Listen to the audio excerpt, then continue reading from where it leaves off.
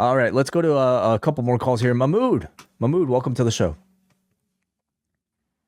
Hey guys, can you hear me? Yes, we can. Welcome. Hello, hi. I just Hey, got back. I literally just got back right now because I was at the show, wow, as we mentioned. So, live report. yeah, yeah. Very interesting show, I guess, to be a part of. I mean, Have you gone to past shows, Mahmood? this is my Or was this your first first? Saudi. This is my Okay, first Saudi. Yeah, because I was and curious, just comparisons of like of crowds, because this one certainly felt like the most heated of the ones we have seen. yeah. I mean, I can talk, I guess, from my experiences because I've had a lot of friends who have been to past Saudi shows, um, and I definitely got the sense that this was the most active that the crowd was. Hmm. Um, I guess I just want to say my main takeaway was that, as much as we talk about these shows being like this kind of like promotion of Saudi Arabia to the global world, it's as much also like it's kind of like also fostering like some sort of patriotism amongst the Saudis within that come to the show. Because like I don't know if this is like I don't know if this is related to you guys, but there's like a whole carnival like outside the stadium.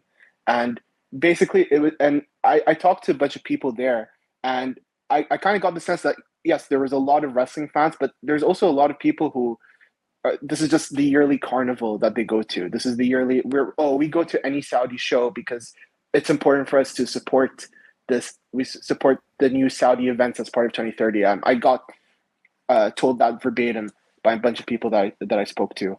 Um, so yeah, that was, I think for me that was like my big takeaway. Hmm. Um, what was the vibe? Outside of the arena, just within the arena, surrounding the event. I would say the vibe was there is definitely so basically so the way it's structured that there are kind of like the I don't know how to describe it. There's the floor seats and the non-floor seats. And so we took the floor seats, and the non-floor seats, like there's other than the carnival, there's nothing. There's like a big back, there's a big, like kind of just like a backlog. You just go straight inside the stadium and you just go straight to the show. But like the VIP section, there is a whole, the floor seat section, there was like a VIP section, and there were like influencers there, people who Hmm. didn't even watch the product regularly. There wasn't even like concessions. There was like small bistro coffee shops that were kind of fancy. So it was kind of a weird mixture of like fans and non-fans in that Hmm. area. Um, I guess the vibe would be like, yeah, people. There was definitely a lot of excitement. There were a lot of kids, and as somebody who's gone to shows in the United States, there were way more kids here than I've noticed in like American shows that I've been to. And Hmm.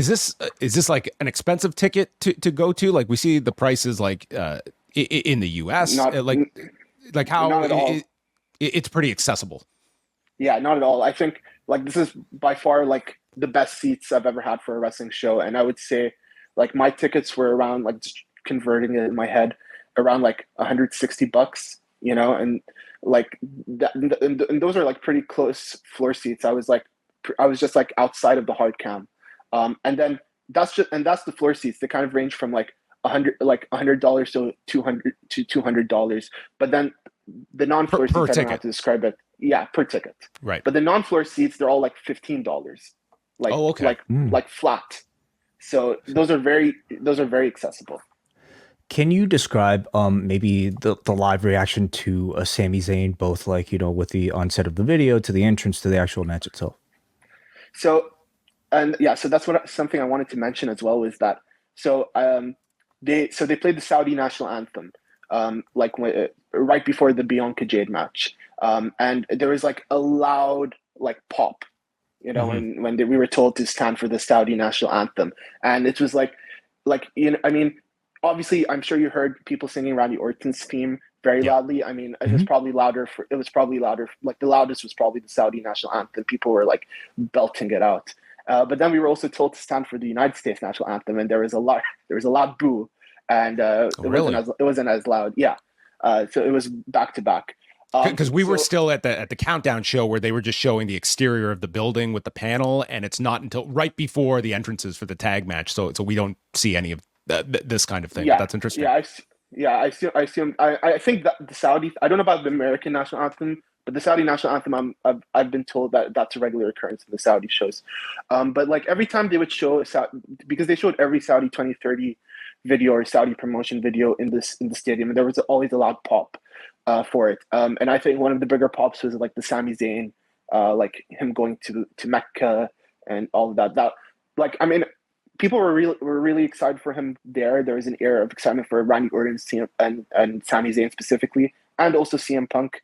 You know, he's just very popular in Saudi. That's kind of like the vibe that I got. But that Do you think he'll ever really show up got me. there? Is an interesting question. Um, I don't know about whether he'll show up there or not, but if anything about like his tweet about the blood sucking money, the blood money sucking like thing about where he tweeted to the Miz, if you think that was going to bother Saudi fans, not at all. Like Mm. before the show started, there were just people doing chants, and there was all a bunch of different chants, like some for Randy Orton, some for Undertaker, but it always devolved into CM Punk chants at the end. Hmm. Like he was one of the most popular wrestlers in Saudi by far.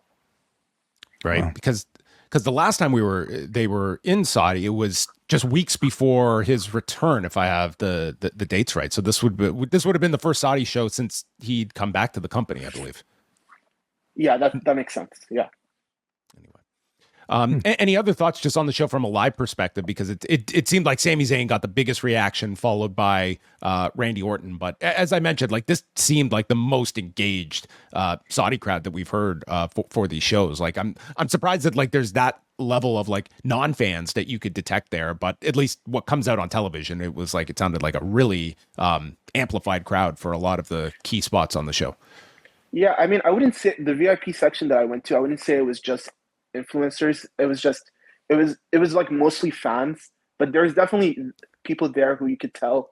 And they were also like there was like these like complimentary suites that were being given out, and there were like different areas for like promotional opportunities. So it's like it definitely was, you know, like it was definitely something that I took note of something that was like, okay, this is peculiar.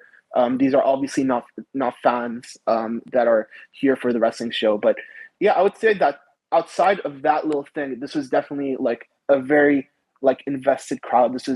These and again, talking to some people, these were people who weren't necessarily wrestling fans before the Saudi show started, but because of the Saudi shows and because they want to go every year, it's something that they just adopted and they just really started galvanizing. And it was a very very passionate crowd. You can just feel it in the air.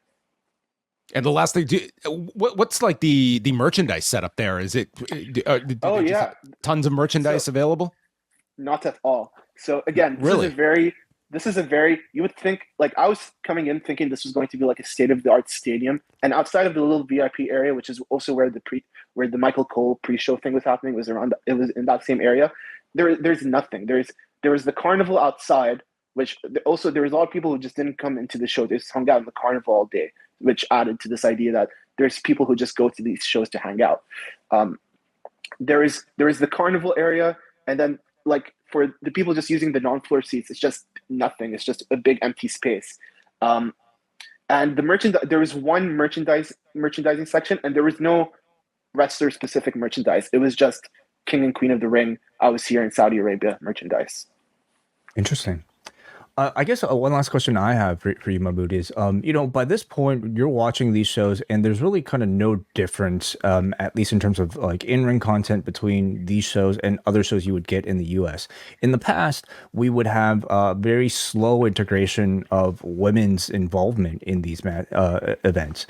I guess my question to you is like, what is sort of like the audience opinion on that? Certainly, like by the crowd reactions, there doesn't seem to be any pushback. So I guess my question is, why did it take up until this point to perhaps get to this?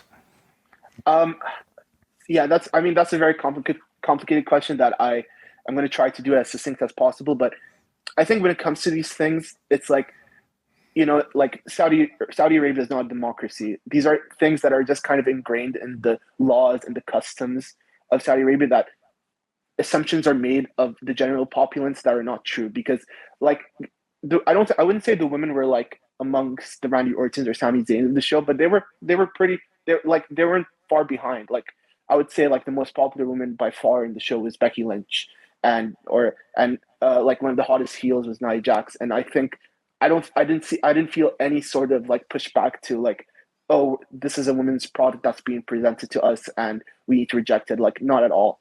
Um, I think it's just I think it's just the way it was because that's how they thought.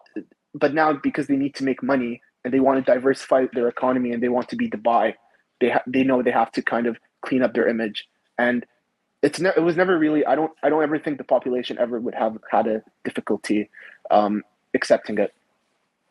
Yeah, Cool. I really appreciate you calling in, Mahmoud, and just sharing like your firsthand experience as well. Like we're trying and give it as much proper context as we can, and I hope that we're able to decipher of a fan base that wants this WWE product and deciphering it from sort of the detachment that it does have with the Saudi Arabian government. So I really appreciate just getting like your firsthand experience of it all.